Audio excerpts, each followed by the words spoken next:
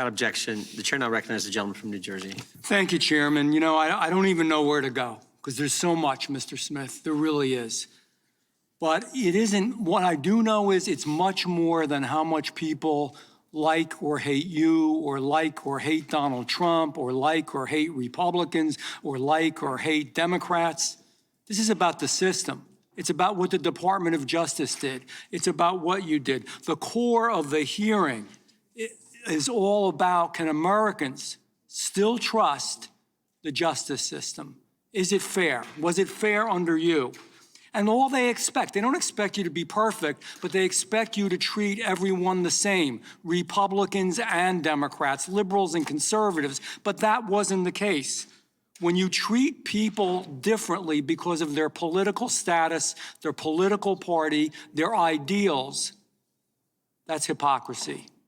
And I'm sorry to say, and I don't say it lightly, I do consider you to be a hypocrite. With that being said, you know, I think the prosecutors and the people around you stretch norms, change standards depending upon who was under investigation. So you don't like Donald Trump, and so you're a liberal Democrat, whatever the case may be. And they went after him. And by the way, it's interesting, in all those congressional records that were subpoenaed, all those congressional records that were looked at, was one of them a Democrat? No. The answer is no. I'll answer for you. So I got simple questions. I always say I'm a simple guy, but it really boils down to this. How much can Americans trust this system?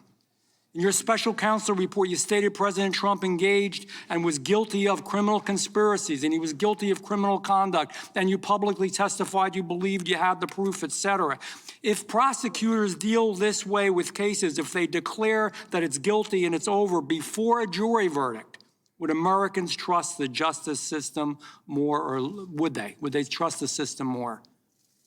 The answer, go ahead, answer, please answer. I'm sorry, I didn't understand what you were asking me. So when this was all going on, before, and I believe it was political, before there was an entire case and we went through the whole case, you pretty much declared, and I'm not going to read the whole thing through again, that President Trump was guilty. That wasn't your job. That's a judge's job. It's a jury's job. It's not your job. Don't you think that's unfair, that that's wrong, that didn't make the playing field level? Did it make people less trustworthy of the system, yes or no? No. When I announced the charges in the election case, I specifically stated that the case needed to be tried and that he had a right to go to trial and he was presumed innocent. And thank you for, I just want a simple answer because we are limited on time. I disagree with you. I don't think you did. Your office secretly subpoenaed and got records of members of Congress, and you kept those subpoenas hidden through non-disclosure orders. That's wrong. They should have known. You want to do that, fine, it's wrong. Number one, it's wrong because people have a right, the American public has a right to know, the elected officials have a right to know. It's your right to subpoena them, but they should know. Secondly, and I brought this up before, not one Democrat, it's all Republicans, all Republicans. Everything you've done, everything you've ever done is always against Republicans. Do you think that puts more trust in the system when you're so partisan in that way? Yes or no? No. Politics played no role in our investigation. I have prosecuted Republicans and Democrats throughout my career. I have dismissed cases against Republicans and Democrats. Because you didn't have the proof. If prosecutors routinely relied on politically imbalanced investigations, and by this I mean, let me appeal to your sense of fairness. You're saying you're a fair man. We had a January 6th committee, select committee, that was appointed only by a Democrat, the then Speaker, Nancy Pelosi. Everybody on it was a Democrat, except 2 Republicans that hated Republicans. Was that fair? Was that fair? I mean, look at our system here in Congress. We've got Democrats, man, they speak up. You've got Republicans, we speak up. You hear both sides. That's the way a select committee should be. And you based everything upon this biased, unfair, prejudiced system. How is that fair?